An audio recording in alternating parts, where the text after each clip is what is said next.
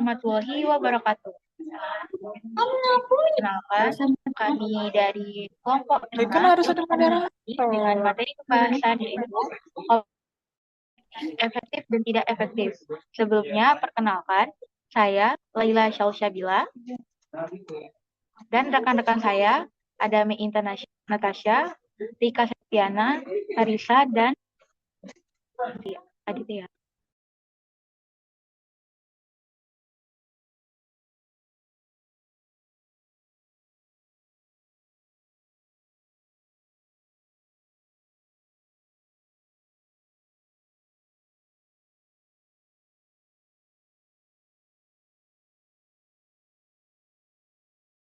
Kak Karisa.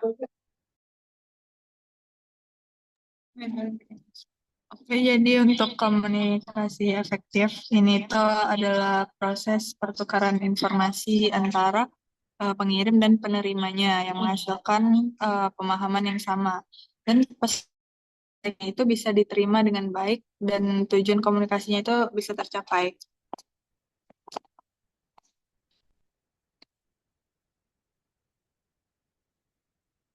Untuk ciri-cirinya, yang pertama adalah ringkas dan jelas. Jadi pesannya itu disampaikan dengan bahasa yang mudah dipahami dan juga tepat sasaran. Ini tuh pesannya disesuaikan dengan latar belakang pengetahuan dan kepentingan komunikasi. Dan juga ciri-cirinya itu dua arah karena terdapat interaksi antara komunikator dan komunikan sehingga memungkinkan terjadinya umpan balik dan klarifikasi dalam komunikasi. Dan juga nonverbal yang mendukung, itu bahasa tubuh dan ekspresi wajah dengan nada suara yang mendukung pesan yang ingin disampaikan.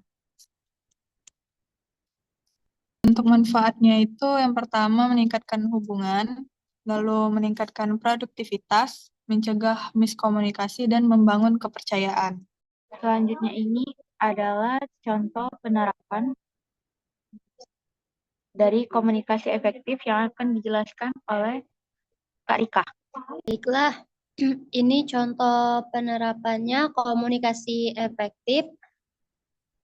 Situasinya yaitu ada dua anggota tim tidak sepakat tentang cara menyelesaikan tugas. Caranya itu ada objektif, yaitu saya memahami pandangan Anda berdua.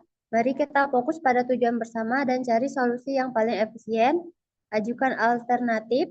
Bagaimana jika pendekatan ini? Jika tidak berhasil, kita bisa mengevaluasinya lagi. Hasilnya, konflik diselesaikan dan tim tetap produktif. Yaitu ada komunikasi tidak efektif.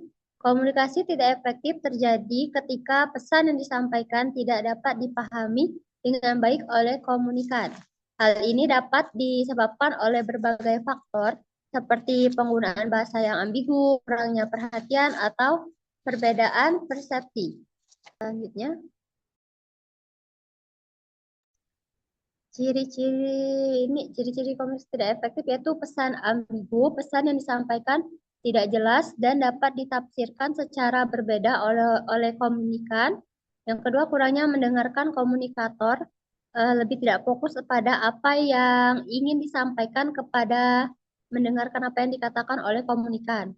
Selanjutnya itu ada interupsi, yaitu komunikator seringkali memotong pembicaraan komunikan. Yang terakhir yaitu bahasa tubuh negatif, bahasa yang tertutup atau menunjukkan ketidakpedulian atau menghambat komunikasi.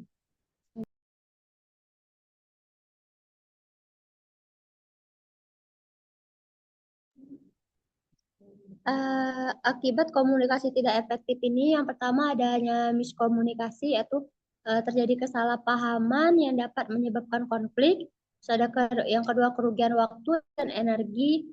Jadi ada upaya untuk mengklarifikasi pesan yang tidak jelas dapat membuang waktu dan energi.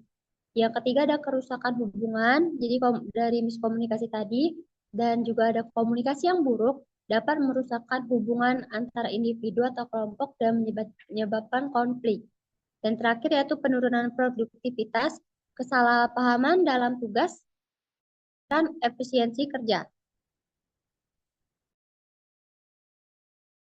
ada contoh penerapannya komunikasi tidak efektif, yaitu di mana situasinya seorang manajer memihak salah satu anggota tanpa mendengarkan yang lain. Sudah cukup, kita lakukan sesuai cara A, tidak perlu diskusi lagi. Nah, jadi di sini hasilnya anggota yang lain merasa tidak dihargai, tidak adil, dan motivasi. Nah, selanjutnya bagian yang terakhir yaitu kesimpulan. Di sini komunikasi efektif adalah keterampilan yang tidak dipelajari dan yang dapat dipelajari dan dapat dilatih.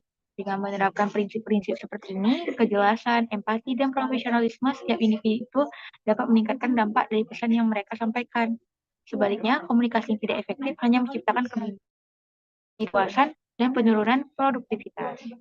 Dapat disimpulkan bahwa melatih komunikasi efektif adalah investasi penting, baik dalam kehidupan profesional maupun pribadi.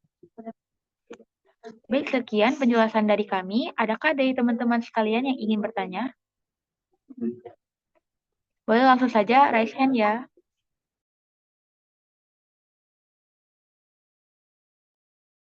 Baik, Kak. Boleh langsung saja Kak Aditya untuk menghidupkan kameranya, menghidupkan mikrofonnya. Oke, baik. Terima kasih, Laila. Jadi pertanyaannya itu, kalau menurut kalian sendiri, apakah audiens itu punya tanggung jawab dalam memastikan komunikasi yang efektif? Terus boleh kasih alasannya kenapa? Terima kasih. Baik, terima kasih Kak Ade atas pertanyaannya. Kami tampung dahulu. Selanjutnya, bagi teman-teman yang masih ingin bertanya, boleh langsung saja raise hand.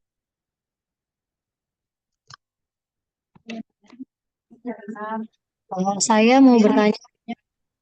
Ya, Bang Mintan. Oke, baik. Untuk pertanyaan saya itu adalah apa yang harus kita lakukan ketika berkomunikasi dengan orang yang memiliki pandangan berbeda? Mungkin itu saja. Baik, terima kasih Mintan atas pertanyaannya. Kami tampung dulu. Kami akan mendiskusikannya bersama Kak Rika dan Kak Tarisa.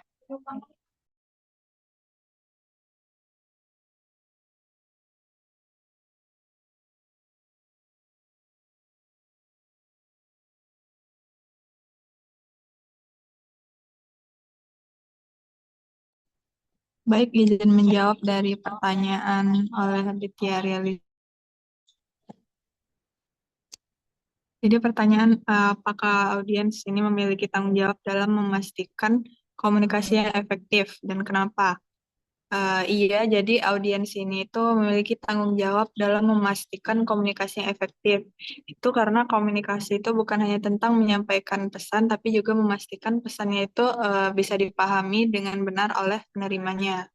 Dan audiens ini tuh berperan aktif dalam beberapa hal. Yang pertama itu memperhatikan pesan yang disampaikan tanpa gangguan atau mendengarkan secara aktif. Dan juga memberikan umpan balik. Jadi audiens itu dapat membantu memastikan pemahaman dengan memberikan tanggapan. Dan juga meningkatkan pemahaman. Jadi misalkan pesannya kurang jelas, audiens itu bertanggung jawab untuk meminta klarifikasi atau penjelasan lebih lanjut agar tidak terjadi kesalahpahaman. Mungkin itu saja. Baik, terima Jawabannya? kasih Kak Tarisa. Jadi kalau audiens dengan si komunikatornya itu siapa sih yang punya tanggung jawab paling besar buat memahami itu tadi? Kalau untuk itu jelas komunikatornya karena beliau yang menyampaikan informasinya. Oke, baik. Terima kasih Kak Tarisa. Sangat jelas sekali. Oke, sama-sama. Baik, terima kasih Kak Tarisa atas jawabannya dan tanggapan dari Kak Aditya. Selanjutnya, pertanyaan Mintan akan dijawab oleh Kak Rika. Kami persilakan.